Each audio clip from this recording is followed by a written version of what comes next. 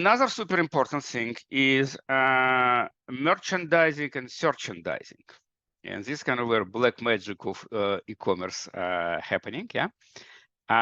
So merchandising, you need to define relation between products, like upsell, cross-sell, related product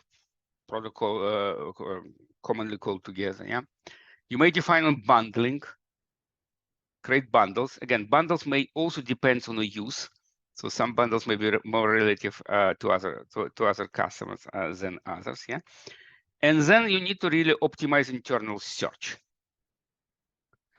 And this is where kind of magic is. And then you need to decide how is the search capability of your e-commerce system enough, or you need specialized system for this, like system like Algolia or FactFinder who have extra capabilities of this.